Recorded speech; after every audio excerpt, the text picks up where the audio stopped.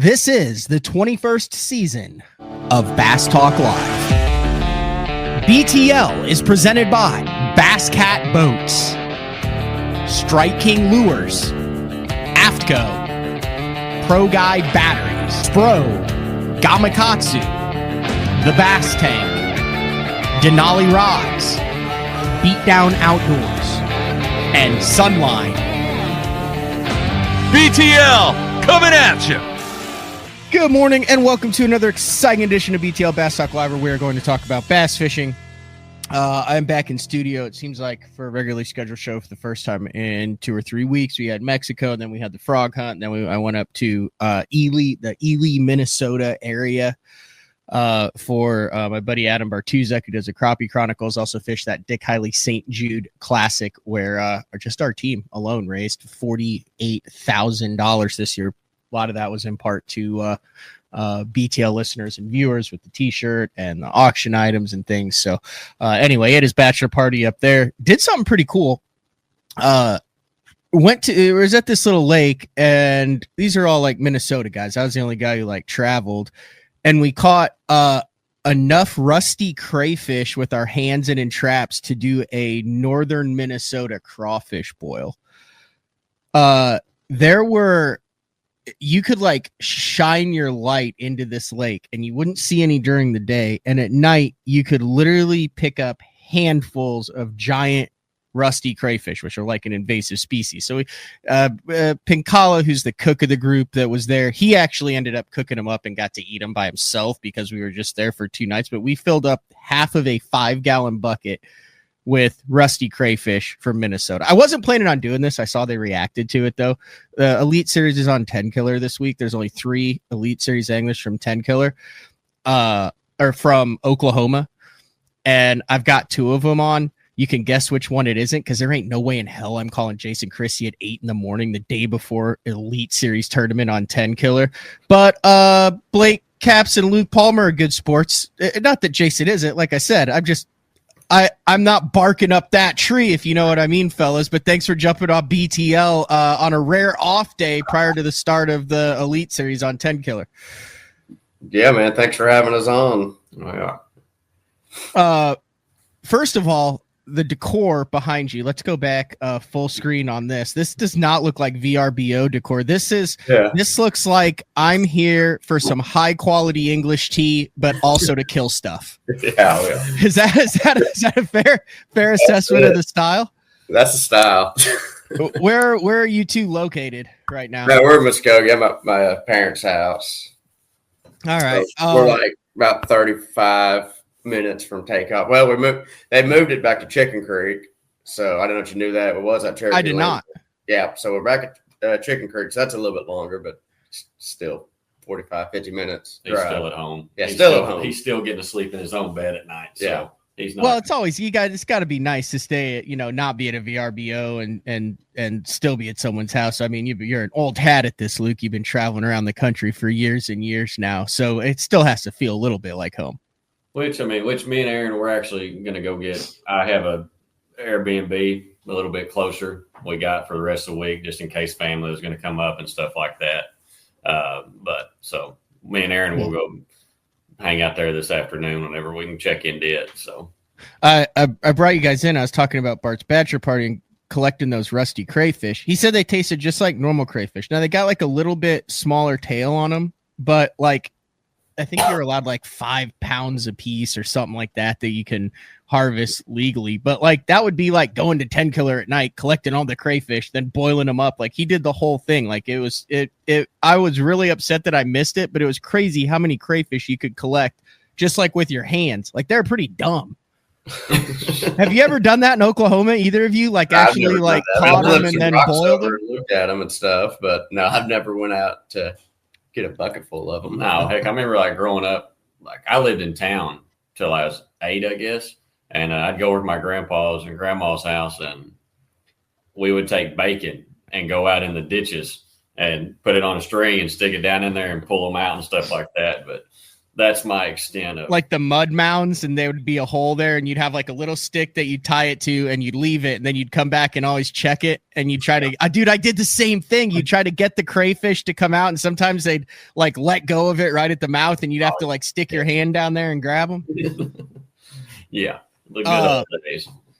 All right, we'll start with the rookie, then we'll get to the veteran. Up and down rookie year, but I remember when you made the Elite Series on Grand Lake in Oklahoma via the Bass Nation Championship. One of the event that was circled on the calendar for you was Lake Tenkiller, and how excited you were that you had qualified in a year where the Elite Series was going to, what I consider one of your home ponds. Yeah, absolutely. Definitely is. I would, more or less consider that my home pond. But, I'm kind of closer now that we're here, kind of figuring out, the home lake can also be a pain in the butt too. Just these conditions that we have. It's man, I'm still extremely excited for this, but man, it's different fishing this week than what we've seen in a long time out here. Talk a little bit about that, Luke. Like, I've seen posts of guys you put in who had logs rolling down it. It's been way up, then it's been way down. It was way back yesterday. It was 5.96 feet high. They were rolling 11.1 K through it. If you looked at the deep dive app, you could see just a variety of chocolate, milk, all the way to clear. What are we working with out there, and how much can it change from your off day to day until Sunday when someone lifts a trophy? Oh, it's going to be a lot of different. I've talked several times of I fished back in here. The first time I ever fished here, it was 4 foot in the bushes and on a Wednesday, and by tournament day on Saturday, it was out of the bushes. They can drop this thing in a hurry, and they're dropping her pretty good now. If it wasn't for Arkansas River being flooded out and every lake around here being flooded, I would almost expect that they would have it out completely out of the bushes by the weekend. So that's like what, over a foot a day? Yeah. Oh, they can hammer this place in a hurry. But it's around Sizemore from there up the river. It's you had better be paying attention big time. Like, as high as everything's been this year, I thought it would have flushed all the debris down, but there is debris. There's Tenkiller. It's not a huge lake. We'll get to that a little bit later. And obviously, guys, we're not going into the details, what the bite is. It would be dumb to ask them that because the tournament starts tomorrow. I don't even know why. But so Sizemore is what, around there, Luke? Yeah.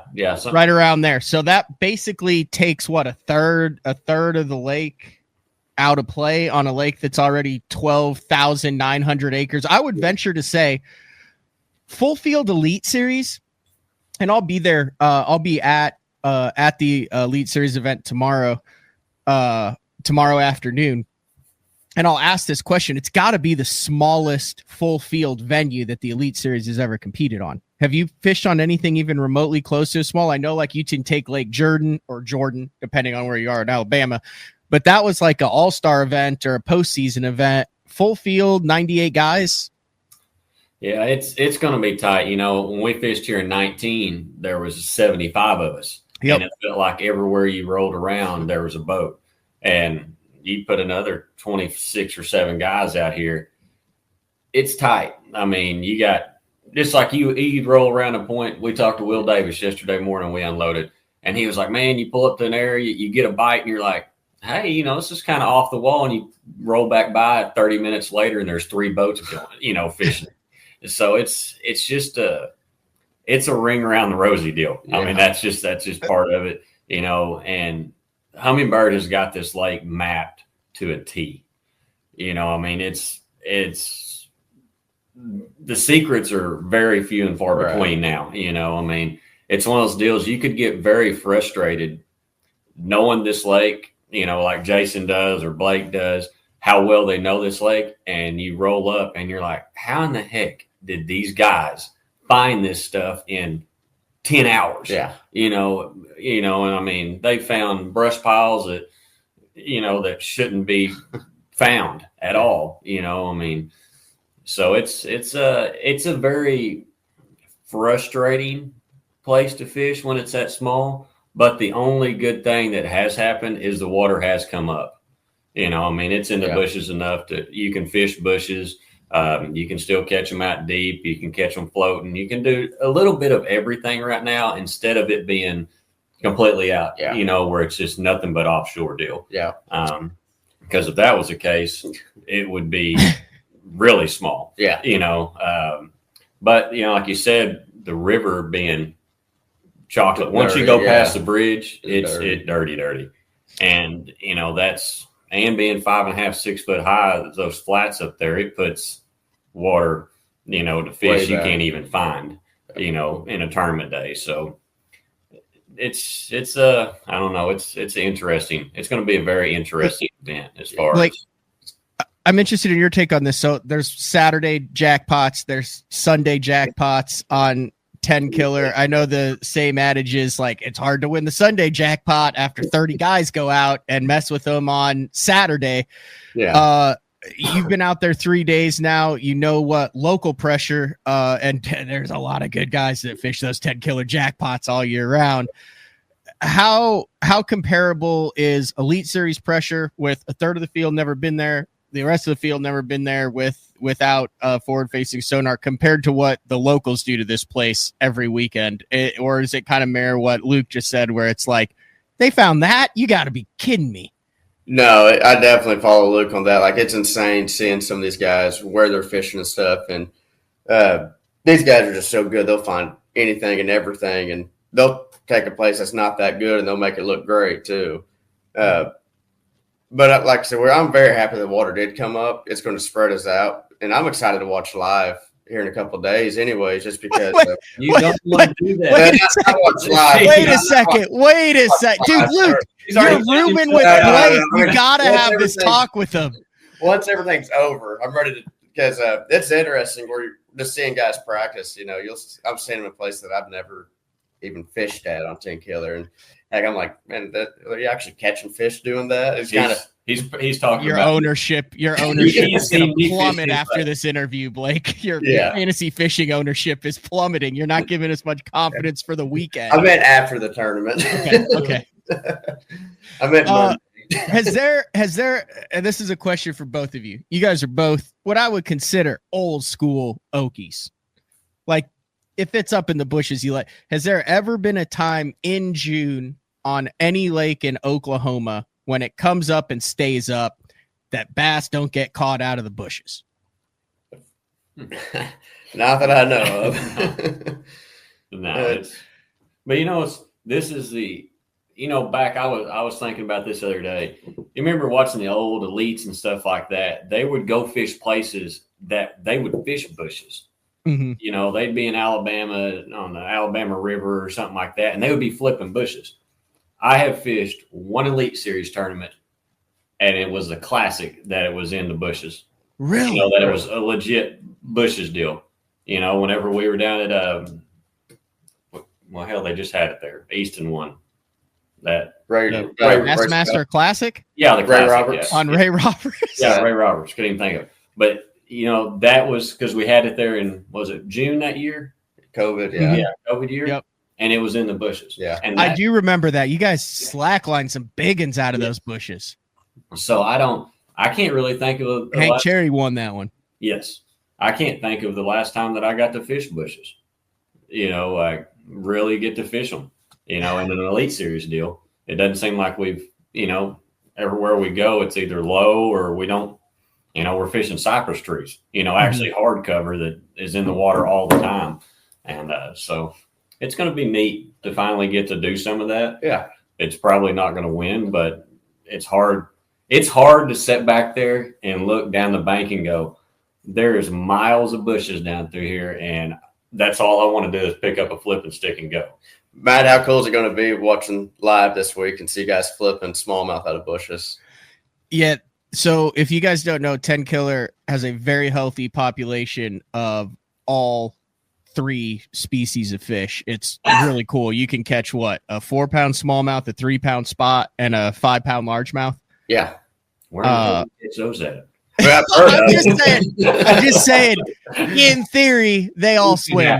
They all swim in there. It's very similar to, except I would venture to say maybe even a little bit bigger, Table Rock. It's like a miniature Table Rock kind of type vibe. If you've never been there, a little bit more color, a little bit different on it. But what are your guys' thoughts? Are all three species going to play this week big time? Are you going to see guys, hold up all three species on stage? And is there a chance that the guy who wins this weighs in spots, smallmouth and largemouth over 4 days?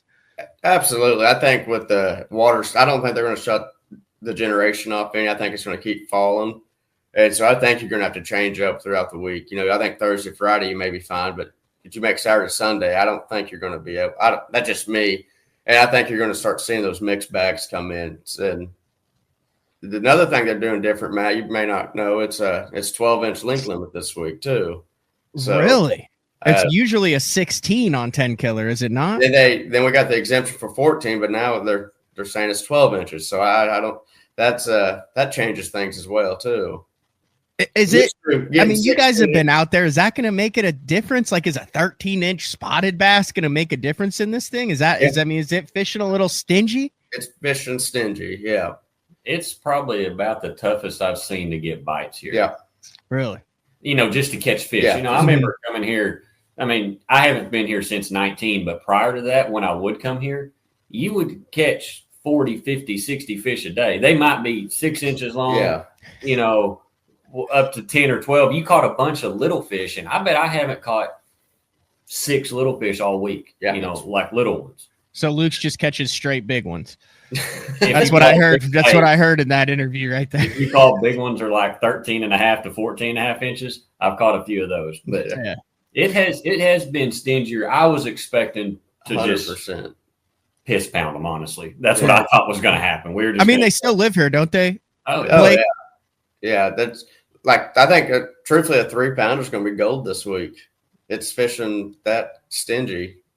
So they still live in here in the lakes. We got to practice on the rising water. Now it's coming down. We're getting an off day. So I'm excited to get out there.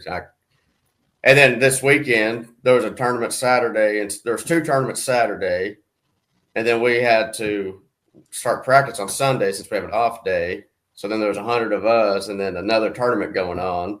And so this 1 day of rest is actually pretty needed, I feel like. Yeah, I appreciate you guys getting up. We're going to take a quick break. When we come back, I want to talk a little bit about Oklahoma angling at the top level. I did the Open Pros Pick'em show with Todd Castledine, Andrew Upshaw, and Ish yesterday, and they pointed out, man, there's only 3 Okies on the Elite Series. And you look back at the rich history of Oklahoma anglers, I realize there's a contingent on the BPT, but that kind of shocked me. So we'll talk a little bit about top level tournament fishing in Oklahoma when we come back. It's BTL back in studio live June 11th. Elite Series. Well, we got 2 champions. We have Elite Series champion Luke Palmer and Bass Nation champion Blake CAPPS, who actually got the job done in Oklahoma. So we'll be back with a little bit more right after that. Pro Bass Adventures is reinventing Mexico bass fishing. With boats equipped with 12-inch Garmin units and LiveScope Plus, free loaner fishing rods, and no-cost airport transportation, Pro Bass Adventures is proudly putting you in the best position for success. Pro Bass Adventures has lodges on Lake Baccarat and Lake El Salto, Mexico's 2 best trophy largemouth bass lakes. Visit probassadventures.com or email probassadventures@gmail.com. The official Mexico fishing lodge of Bass Talk Live. The new Puma STS has been redesigned from the ground up. With the angler, design, function, and performance in mind, nothing on this new offering was compromised, and the only thing carried over from the previous version is the name. Based on the Soft Touch series hull that started with the flagship Jaguar, this new model is nimble and performs incredibly well at all speeds with either a 250 or 300 horsepower engine. Featuring a new 96-inch wide-body footprint, this hull measures out at 20 foot 7 inches in length. Industry-leading design coupled with tournament-winning performance. The Puma STS from Basscat. Feel the rush.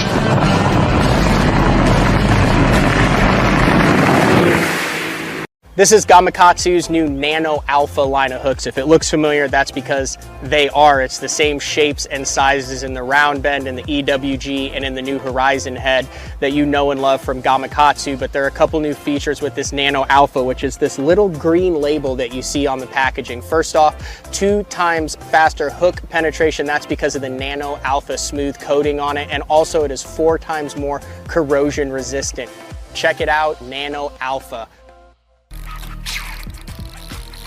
I've been using Sunline Shooter for the majority of my career. Millions of dollars made, lots of bass caught, and the gnarly, gnarly stuff.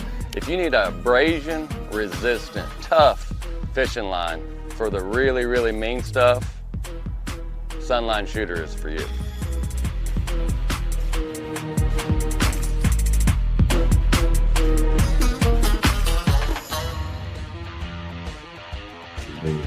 Welcome back.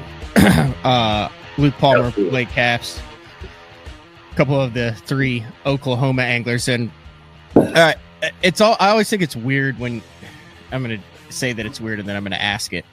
I always think it's weird when you're like, how do you think so-and-so is going to do, or what are your thoughts on this? And it's a fellow angler. Well, I mean, if you're an Elite Series pro, you're one of the top 100 in the world, you're like, well, I'm going to beat him, except for maybe Blake, who plans on watching the tournament on the weekend. But it's a little bit different animal with Jason Christie on Tenkiller. And I feel like the general viewing public does not understand Jason Christie and Tenkiller's relationship. Do either of you care to agree, or am I making too much out of how good Jason Christie is on Tenkiller? Jason's good wherever you put him at, but Tenkiller, especially living there and growing up there, yeah, he's going to be a handful. I'll never forget whenever we had the 19, the split happened, and then then we come to Tenkiller that fall, and I seen him. Like we filmed some stuff together, and he was just disgusted. Then especially being in the fall, I think it's September we fished it, and the knowledge that he had before, forward facing, he would have absolutely really done well. Yeah. It's really done well. But now he's, like Blake said, he's a hammer anywhere he goes. But this pond here is where he kind of cut his teeth on a lot of stuff. Yeah. The history here is nuts, probably. Yeah. I know I talked to Gussie yesterday, and I was talking about Jason's house. He said, dude, it's awesome. He said, beautiful place. And he said his shop is what's awesome. That's what you mean. He said, when you walk in there, he said, I thought I was a basser until you walk into there. And he said, there's just plaques everywhere of him just, beating the brakes off of everybody. Yeah, it's mostly on. I was telling some of the stories, when he'd launch his boat and 5 boats would just trailer up and go home, which is why he never launches. I mean, they thought I was joking, exaggerating. Like, I'm not really exaggerating on that. Like, guys would just be like, well, guess we're watching the game today instead of fishing against Jason. Like, I mean, there's stories of him throwing 19 pounds back because he was embarrassed to weigh in less than 20, even though it took only like 15 to win the tournament. Yeah. So I've heard stories like that. Yeah. I will you vouch for me on, isn't there some crazy urban legend stuff with Jason out here? Oh yeah. I've seen him win a jackpot and then hand the money right back. Just this is like, thanks for playing, boys. Yeah. Here you go. Someone posted I'm still the man. Someone posted in one of the comments yesterday. It said Jason Christie flirted with Danger and Danger got clingy. But talk about what it means. Like, you're 3/4 of the way through your Elite Series rookie season. You're a bass head. You've tournament fished. Your family has tournament fished. I've seen your mom and dad, your family on the road at the Classic throughout the year, some too. Talk about what the first year has been like and what it's going to be like stepping up on stage representing the home state on Tenkiller this weekend. Oh yeah, this whole year has just been just a complete dream come true. It's anything and everything I imagined times 10. It's been incredible. The people I've met and fished these lakes that I've never seen. It's been just like I said, just a dream come true. It's been awesome. Now that we're getting to fish on my home lake and going to have a live camera with me tomorrow. You are? Yep. So Me too. Yeah, Me too. Both of you guys. Yeah. Yeah. Are you guys gonna have family out on the water and follow boats then, like your dad? I don't know about tomorrow. I know I'm gonna have some followers, but I think Friday, I may have some more coming out. But yeah, I mean, your rookie season, then you get to fish on your home lake that you grew up on. It don't even sound right because I mean, before I ever made it, I would have never thought the Bassmasters would come fish Tenkiller for an Elite Series event. So, nonetheless, be my rookie season. So It kind of sounds like Luke may still feel that way. Pretty much. Yeah. So I'm excited. It's my first time to have a live camera with me this year, so I don't know. Hopefully that doesn't spin me out too bad. No, I'm sure Luke will give him some tips. You've had a live camera with you a lot over the last couple of years. Some, it's just, I don't know. When I had one my rookie year at the Cooper River, and which I was so tired by the time we got to where I was going because I was running 121 way, and I was, you just get up and fish. It's just like having our camera guys, or most of them have always been phenomenal, if not all of them. They, they'll sit back there and kind of BS with you a little bit. If they can tell you're kind of getting down, they'll kind of pump you up a little bit. And just to, they want you to have a good time. And the better you're doing, or, at least talking and stuff like that, the easier their job is. They don't have to sit back there and just plop down and be like, yeah, this is fun, But all of the ones I've had have been great, and it's kind of nice to have someone to sit back there and talk to because you've been sitting in a boat for 3 days by yourself. Yeah. And, it is good to have somebody to talk to. Kind of keeps you going. But would be remiss if we were on Tenkiller and we didn't mention Jimmy Houston. Jimmy Houston, the Tenkiller OG. Right there, he's still got he's still got the storage unit and tackle store right there. Is that still Jimmy Houston's gas station? Yeah. Do either of you have any good Jimmy Houston stories? I don't. I've spent a lot of time and money at Jimmy Houston's store, though. Yeah, they carry the right stuff there. There's some really good fishermen who go in there because I have booths and stuff in Jimmy Houston's who've never been in there. And you get breakfast and coffee. There's a lot of good fishermen that will go and just hang out in there. So. Yeah, time to time I like to stop in just to BS with all those guys. I think I went in there I think we had an ABA here back in, it was forever ago. Me and your dad were talking about he come in third or fourth in it, I think. But I remember going in there and just walking through the store, and I found some old school Smithwick robes. Yeah, like the packaging was like brown. They had been in there so long. You talk about snatching that stuff up in a heartbeat. It was the old school ones, and so I had to grab a few of them. But hell, that's been. It feels like it was 5 years ago, but I think it was more like 15 to 20 years ago for me now. But back in the day, he used to carry the Hildebrand blades, and I took many trips over there just to get the Hildebrand blade spinnerbait, and it's kind of cool. I wonder if that's where Jason learned about the Hildebrand blade because he puts them on that covert, doesn't he? Yep, that's what's on the coverts. Yeah, the Hildebrand blade, that was a big thing. But you had the War Eagle spinnerbait; those blades were always good on that spinnerbait. Mm-hmm. But then anything else, I had to have a Hildebrand. Yeah, it used to be a number 5 willow. If you didn't have that on, I couldn't catch fish. And but now, can we see a bass caught on a spinnerbait this week in Oklahoma in a flooded bush? There's going to be a few caught, I think. There's got to be. You can't just not throw it, I don't think. I'm sure Jason will have one tied on. You know what? Jason will probably have 4 spinning rods out and 2 Carolina rigs. He'll never see the bank one single time. He'll be live scoping out in the middle, and everyone will be like, I quit.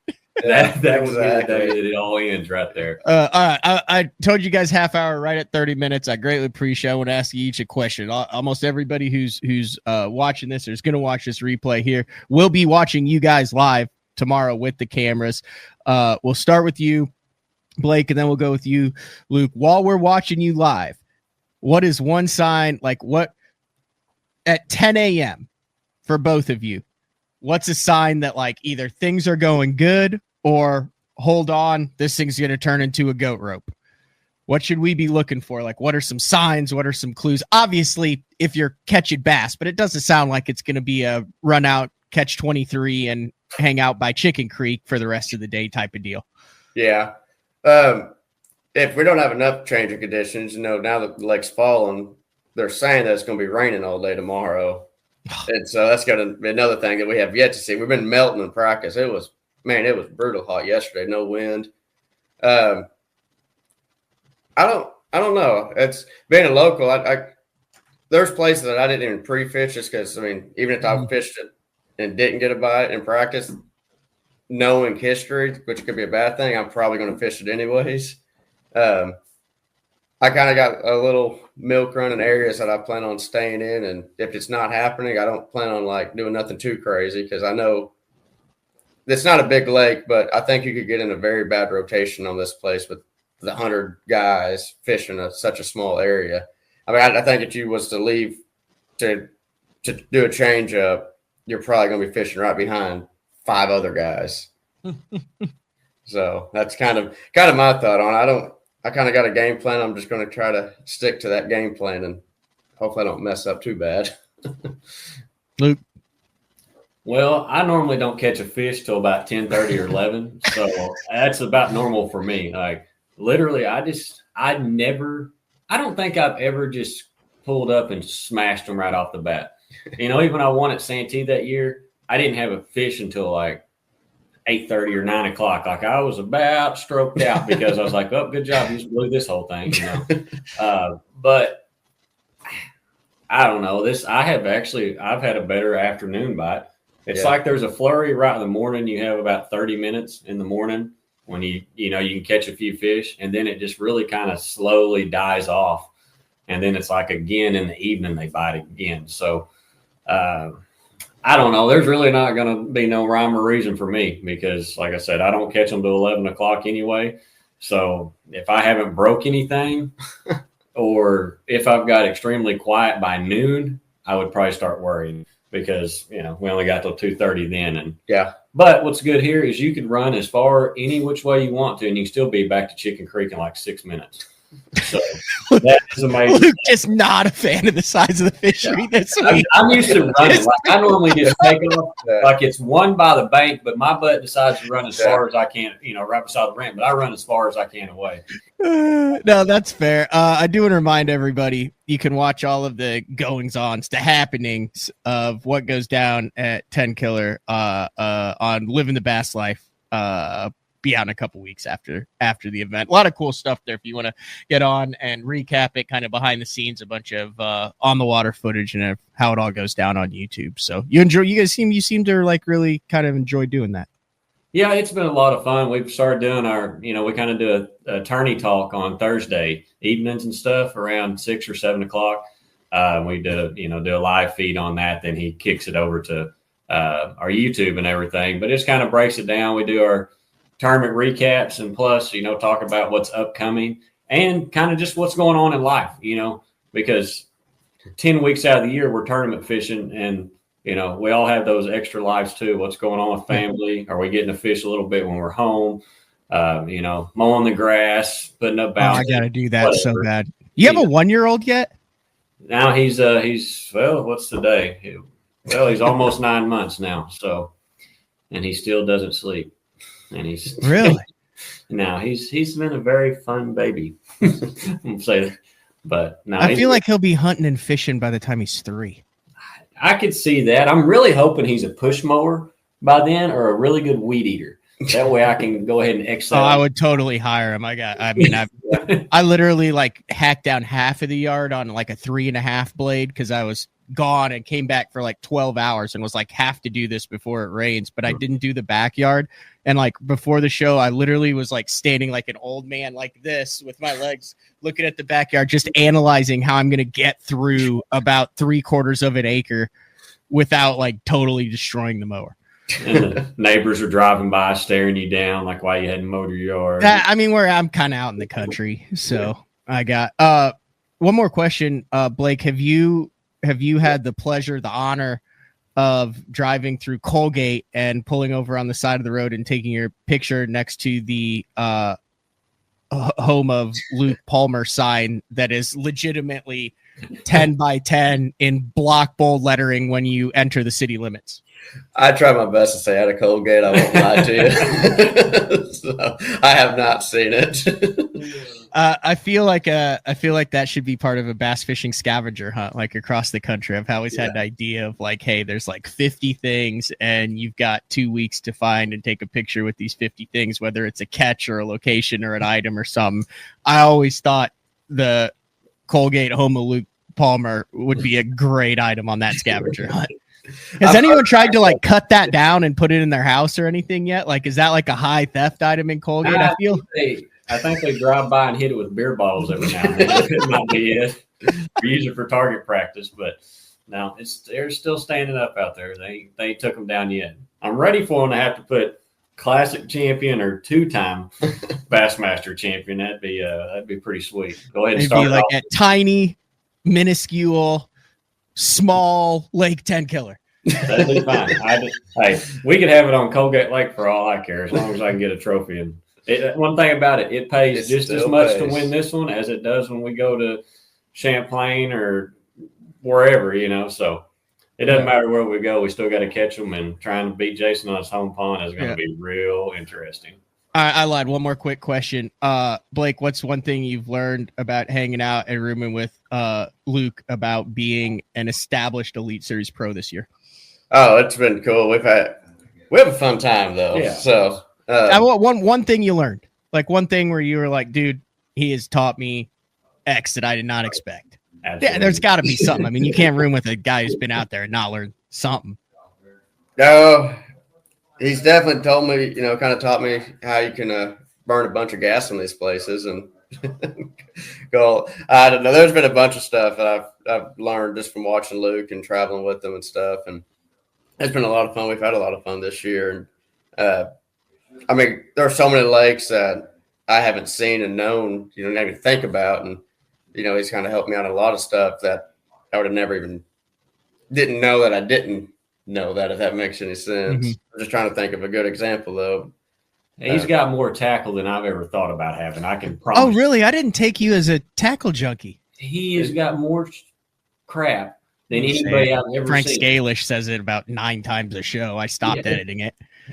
I've like, me, I've got some woolly bugs and some spinner baits and some bandit crankbaits.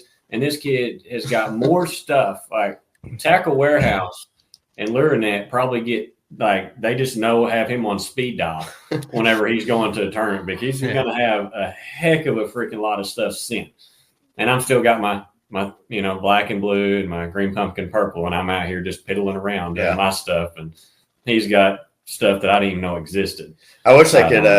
I wish we could return some of that stuff. Those boxes where you go through and all of a sudden you're like, what's in this bag? And you totally forgot. It's like from the tournament 3.5 years ago where you spent like $380 on this deal, and you open it up and you're like, my God, this is all good stuff. And I don't ever remember seeing it. And then you find the box where it's just that package, box from every tournament. And then you start thinking back like, God, I remember when I thought I was going to smash them on this. And then you anytime, the more tackle you buy, the more you're convinced. I'm convinced like it's the kiss of death. When you start sending stuff to the house, you're like, I gotta have this to the house. Or you're down to like, you only have one or two spinner baits of a certain color, and you're just absolutely smashing. Well, I better order me 5 of those. And you might as well just cut it off and put it in the bottom of the boat, because you're not going to catch a fish off that in the tournament. It's over. Vice versa, then we'll close it out. One thing that the rookie has taught you, Luke, as a jaded, grizzled Elite Series veteran. To go back and have fun. He's had a blast this year. Like, he is like a kid in a candy store everywhere we go. Like, he loves to fish. And, you kind of can get into a rut of fishing. I've been on the road now 7 or 8, 9 years, really, because to make the elites. And you can get stagnant, and it's very easy. And he's made it fun again. We talked to Mark Menendez and Tim Doobie and Will Davis and Bernie Schultz. We all had dinner together last night at a buddy's house here, and just sitting around and BSing and it really takes that pressure and time away, because it's easy to get down, when you're on the road. You're gone all the time, you're missing stuff, you're not seeing your parents, just everything happens really fast. So it is nice to have something to slow down and go back to enjoying what we enjoyed our whole lives. Yeah.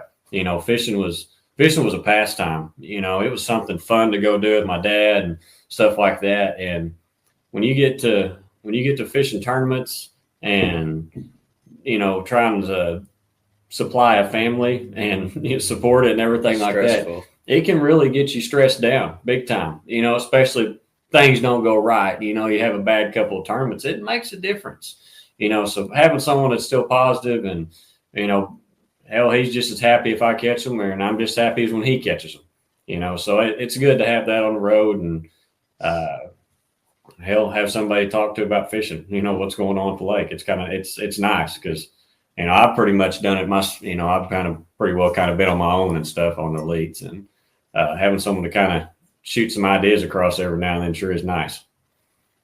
Well stated, guys. We'll all catch them this week on live too. What's that? Hopefully we all catch them on live this week too. Make Oklahoma look, represent Oklahoma well too. Yeah, well, like I said, out of the three, all three of you represent Oklahoma incredible on the Elite Series. You got a lot of Okies. I'm a transplant. I've been here since 2005, so I'm 20 years in, so I feel like I can call myself an Okie. Can I call myself an Okie after 20 years? I think it's 25. That's bare minimum. It is 25. I just know for the first 10 years, everywhere I'd go, you guys would go, oh, the Yankees here. You're like, guys, it's Central Illinois. I'm like, not a Yankee, but a lot of Oklahoma pride there. Tenkiller, regardless of the size, it is a great fishery. It will show out. I have no doubt that the fans, incredibly educated fan base that follows professional bass fishing and supports its anglers in Oklahoma. And I know the weather's going to suck, but I bet you there'll still be a lot of good old Oklahoma guys and gals that are standing out there cheering for you guys in all the Elite Series and really showing support for the Elite Series returning to Tenkiller.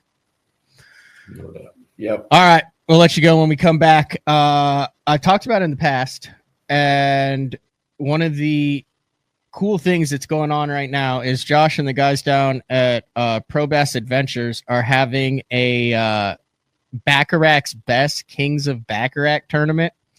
Best I can determine, it's 2 fish per day for 3 days. And there's 20 some teams. I've got an insight on some of the weights that these fish are. Well, I'll just tease it before we go to break. So one guy so far in the 2 days has caught a 12, 2, and 11, 11, and 4 double digits, and his best 4. Today's the final day. They weigh in 2 more, so it'll be 6 bass. So far, his best 4 over the 2 days are 45 pounds, 3 ounces. So we'll dive into some of those astronomical weights. It's BTL on a Wednesday on the eve of the Elite Series on Tenkiller. We will be back right after this. Your early morning mentality is your every hour mentality. All gas, no brakes. Focus, purpose, power.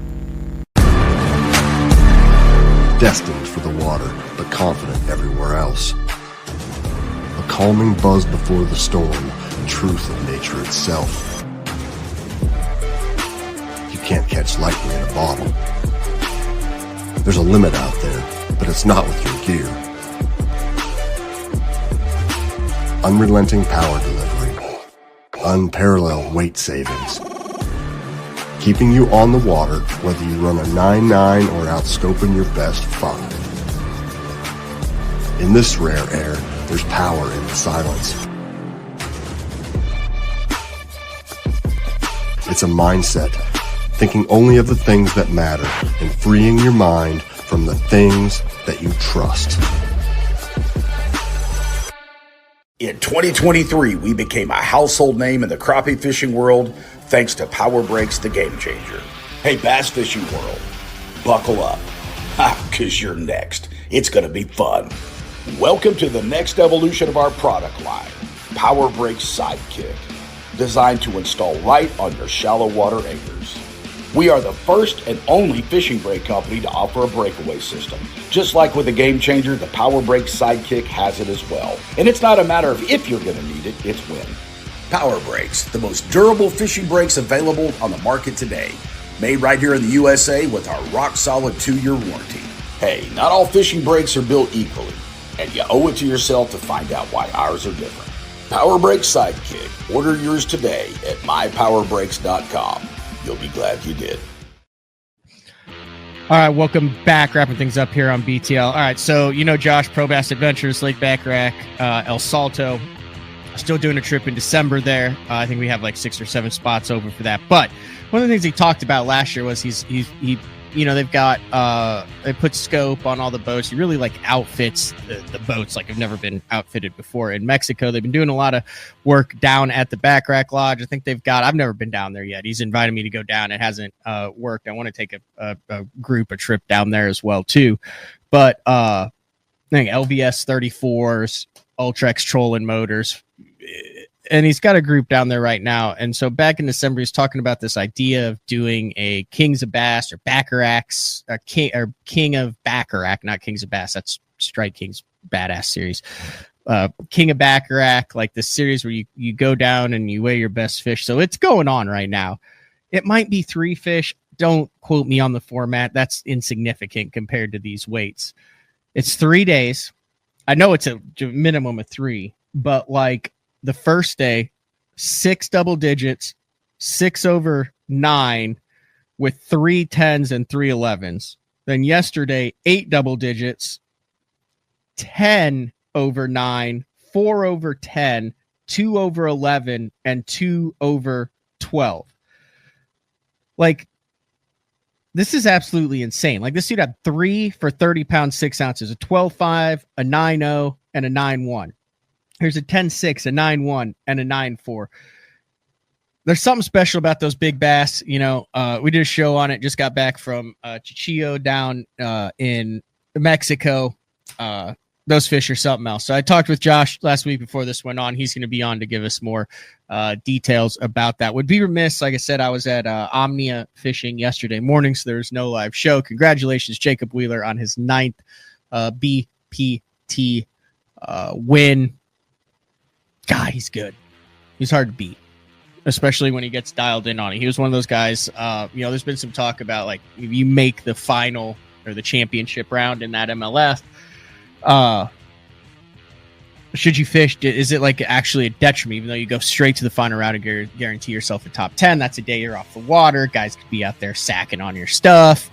You lose kind of touch with the fit. Now he goes right back out and beats some of the best out there. So congrats to Jacob Wheeler. Now there might be a slight time change tomorrow for day 4 with Frank Scalish, because I will be on Bassmaster Live tomorrow afternoon for the halftime show, lunch show, whatever you want to say.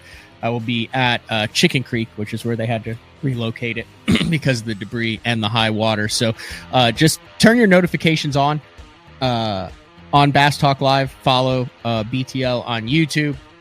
We'll see if Frank is a man of routine. So if I can get him to do it a little bit earlier, that would allow me to get up to Tenkiller in time to do that halftime show. So I guess I'll have to do some finagling there. But really appreciate Blake Capps, Luke Palmer jumping on BTL this morning from the living room, from the house where it's going down in the home state.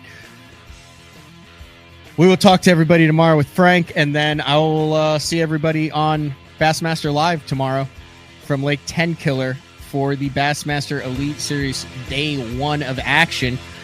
This has been another edition of BTL Bass Talk Live. We'll talk to everybody later. See ya.